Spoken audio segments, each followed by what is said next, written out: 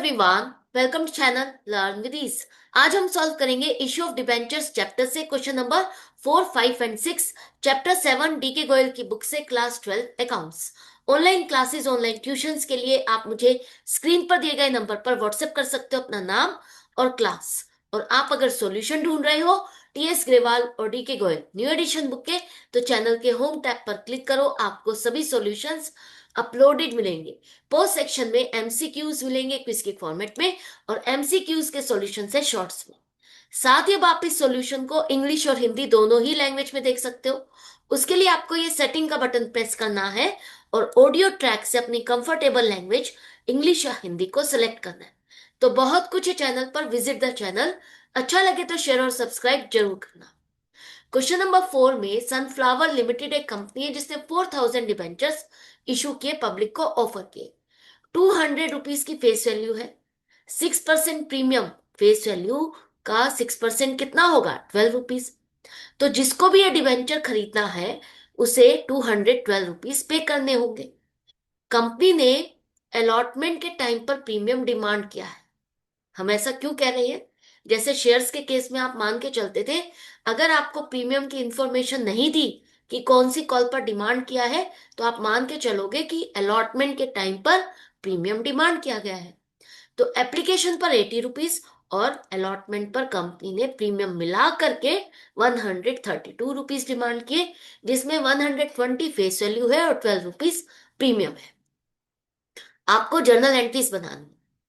अब यहां पर जो debentures are redeemable after 7 years लिखा है, इसका आपके इस क्वेश्चन से कोई मतलब नहीं है। आपको सिर्फ इशू से रिलेटेड, कॉल से रिलेटेड जो भी पैसा मिला उसी की ही जर्नल एंट्रीज बनानी है। तो पहली एंट्री क्या होगी? पहली एंट्री होगी आपके पास कितनी एप्लीकेशन आई। कंपनी ने 4,000 डिबेंचर्स इशू किए, लेकिन एप्लीकेशन कितनी मिली क्वेश्चन में नहीं दिया। तो आपको मान के चलना है जितने डिबेंचर्स इशू किए उतने की ही एप्लीकेशन रिसीव हुई। तो बैंक अकाउंट डेबिट होगा आपका 4,000 मल्टीप्लाइड बाई 80, 3,20,000 से। इसके बाद क्रेडिट किसको करोगे? टू 8% डिबेंचर्स एप्लीकेशन अकाउंट को, 3,20,000 से। अब जितने डिबेंचर्स इशू किए उतने ही अलॉट किए, तो पूरा का पूरा एप्लीकेशन का पैसा आपका ट्रांसफर होगा डिबेंचर अकाउंट में। तो 8% debentures application account debit 3,20,000 to 8% debentures account 3,20,000। ना तो ओवर सब्सक्राइब है, ना ही अंडर सब्सक्राइब है। फुल्ली सब्सक्राइब्ड है, तो पूरा पूरा एप्लीकेशन का पैसा डिबेंचर अकाउंट में ट्रांसफर हो गया। इसके बाद कंपनी ने अलॉटमेंट की डिमांड की। अलॉटमेंट की ड्यू की एंट्री आपको बनानी है। तो क्या एंट्री होगी? 8% डिबेंचर्स अलॉटमेंट अकाउंट डेबिट 5,28,000। जो फेस वैल्यू का पैसा है वो आप डिबेंचर अकाउंट में क्रेडिट करोगे 4,80,000, और जो प्रीमियम का पैसा है वो सिक्योरिटीज प्रीमियम अकाउंट में क्रेडिट होगा 48,000। अब यहां पर आपने ड्यू की एंट्री बनाई, कंपनी मान के चल रही पूरा पैसा मिल जाए। अब इसके बाद कंपनी को पूरा पैसा रिसीव हो गया जैसा कि क्वेश्चन में दिया है। तो एंट्री क्या हो जाएगी? Bank account debit 5,28,000 to 8% debentures allotment account 5,28,000। तो ये क्वेश्चन कंप्लीट हो गया, सारी जर्नल एंट्रीज बना दी। अब यहां पर एक पॉइंट आता है छोटा सा, कि कंपनी का लोन कितना है, लाइबिलिटी कितनी है। कंपनी ने प्रीमियम के साथ पैसा लिया है, तो क्या लाइबिलिटी भी हमारी प्रीमियम मिलाकर के ही है? इतना ही पैसा हमें रिटर्न करना है, या फेस वैल्यू के अकॉर्डिंग हमारी लाइबिलिटी काउंट होगी? जब भी आप लाइबिलिटी की बात करते हो तो लाइबिलिटी होगी जो पैसा आपने डिबेंचर अकाउंट में क्रेडिट किया है। मतलब 4,000 मल्टीप्लाइड बाई 200, 8 लाख रुपीज का लोन है कंपनी का, जो कि कंपनी को फर्दर रिपे करना है। और इंटरेस्ट भी आपका कैलकुलेट होगा 8 लाख रुपीज पर 8% के हिसाब से। जो प्रीमियम का पैसा है वो लाइबिलिटी नहीं है, वो कंपनी का एक्स्ट्रा अमाउंट जो रिसीव हुआ है वो आगे के खर्चों में यूज होगा। एक तरह से कंपनी की इनकम है। क्लियर है? इसके बाद question number 5। X limited company ने 5,000 डिबेंचर्स इशू किए, पब्लिक को ऑफर किए। 100 रुपीज की फेस वैल्यू का एक डिबेंचर है, जिसके लिए कंपनी को कितनी एप्लीकेशन रिसीव हुई? 6,000। जितने इशू किए उससे ज्यादा की एप्लीकेशन आ गई, ओवर सब्सक्राइब है। ओवर सब्सक्राइब के केस में कंपनी कितने डिवेंचर्स अलॉट कर सकती है? जितने डिवेंचर्स कंपनी ने इशू किए हैं, मतलब 5,000। बाकी एप्लीकेशन का क्या कर रही है कंपनी? ने कोई भी एप्लीकेशन रिजेक्ट नहीं की है, सभी को कुछ ना कुछ डिबेंचर्स अलॉट किए हैं। जिसने जितने डिबेंचर्स खरीदने चाहे उसको उतने ना देकर के कुछ कम नंबर ऑफ डिबेंचर्स अलॉट किए प्रोरेटा बेस पर। अब कंपनी का एक डिबेंचर 100 रुपीज की फेस वैल्यू का है, जिस पर 5 रुपीज प्रीमियम है। 105 रुपीज टोटल पे करने होंगे जिसे भी ये डिबेंचर खरीदना है। कंपनी ने एप्लीकेशन के टाइम पर ही प्रीमियम डिमांड किया, तो 25 rupees face value, 5 rupees premium है। 40 रुपीज अलॉटमेंट पर डिमांड किया और बाकी का पैसा फाइनल कॉल पर कितना डिमांड करेगी कंपनी?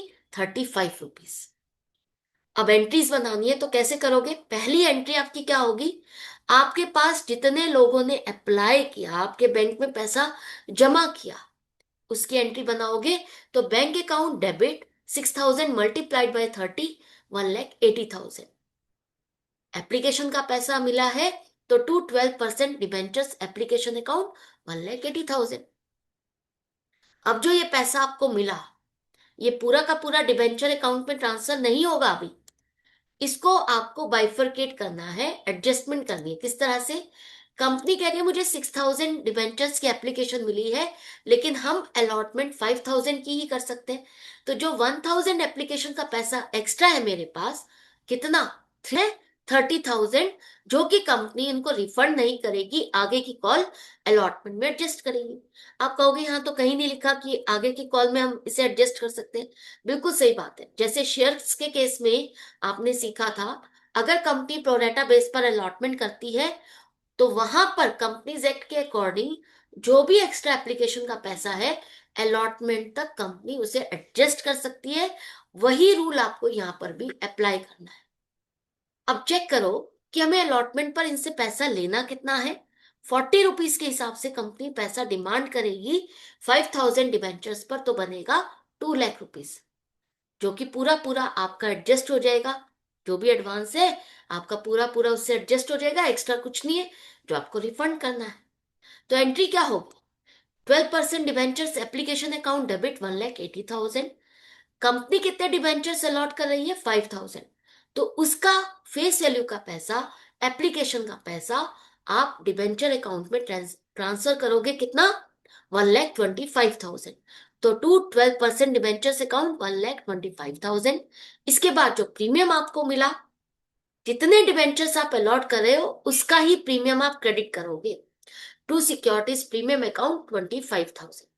अब जो एक्स्ट्रा एप्लीकेशन का पैसा है वो आप आगे की कॉल अलॉटमेंट में एडजस्ट करने वाले हो, तो डायरेक्टली उसे अलॉटमेंट अकाउंट में क्रेडिट करो to 12% debentures allotment account, 30,000। Entry बन गई।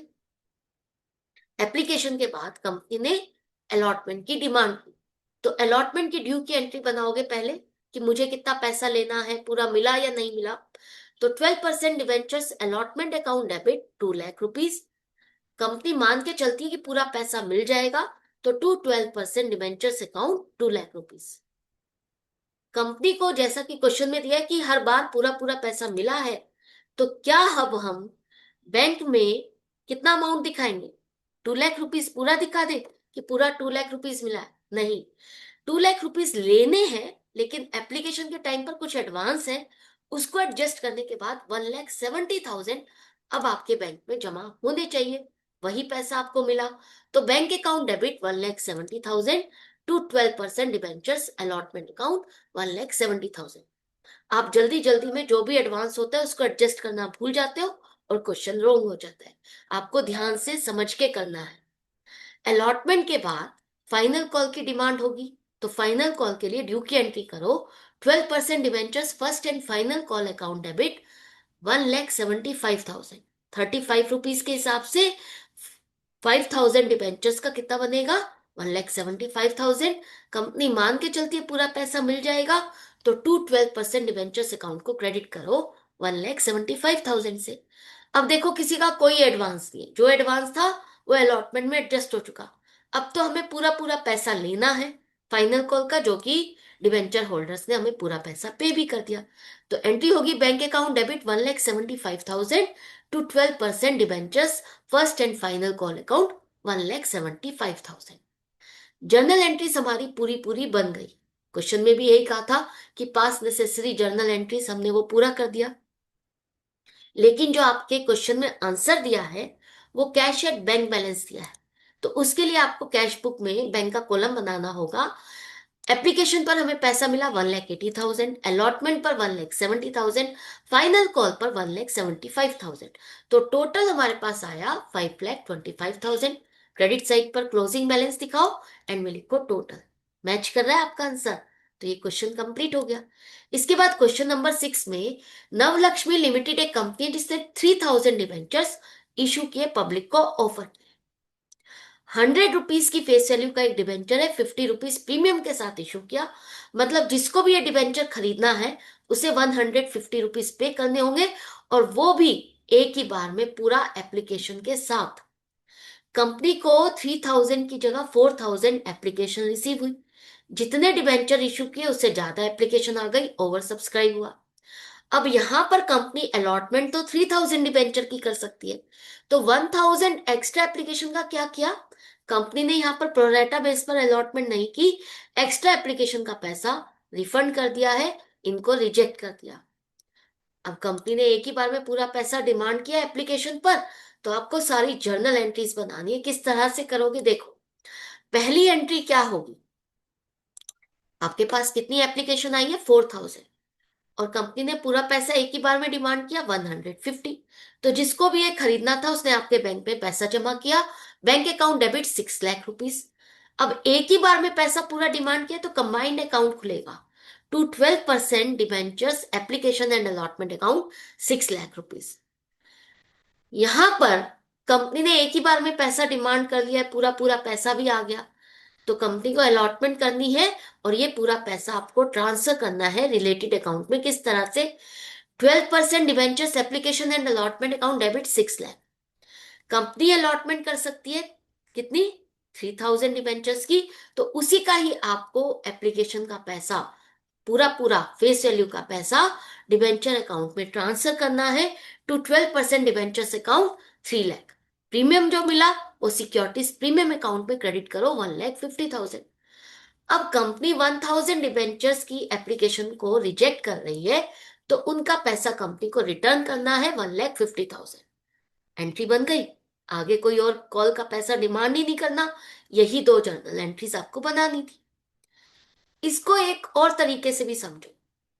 जब कंपनी ने एक ही बार में पूरा पैसा डिमांड कर लिया, पूरा पूरा, आगे की कोई कॉल और करनी ही नहीं है, तो कंपनी प्रोरेटा बेस में अगर अलॉटमेंट करती भी तो आगे किसी कॉल में एक्स्ट्रा एप्लीकेशन का पैसा एडजस्ट भी नहीं कर सकती।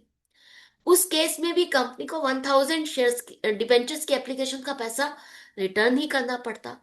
अगर यहां पर लिखा होता कि कंपनी ने कोई भी एप्लीकेशन रिजेक्ट नहीं की, प्रोरेटा बेस पर अलॉटमेंट की, तो उस केस में भी 1,000 एप्लीकेशन का पैसा कंपनी को रिटर्न करना होता, क्योंकि आगे कोई और कॉल करनी नहीं जहां पर एक्स्ट्रा आप पैसा एडजस्ट कर सको, एडवांस मांग सको। तो दोनों ही सिचुएशन में आपकी यही एंट्री बनेगी। तो मेरा पर्पस था आपको समझाने का, एक्स्ट्रा लर्निंग कराने का। आई होप आपको समझ में आ गया। तो ये क्वेश्चन यहाँ पर कंप्लीट हो गया। आई होप आपको समझ में आ गया। तो इसी तरह से आपको सीखना है, समझना है। अगर वीडियो हेल्पफुल लगे तो लाइक का बटन प्रेस करना और ज्यादा से ज्यादा फ्रेंड्स में शेयर करना। मिलते हैं नेक्स्ट वीडियो में नेक्स्ट क्वेश्चन के साथ। Goodbye and take care.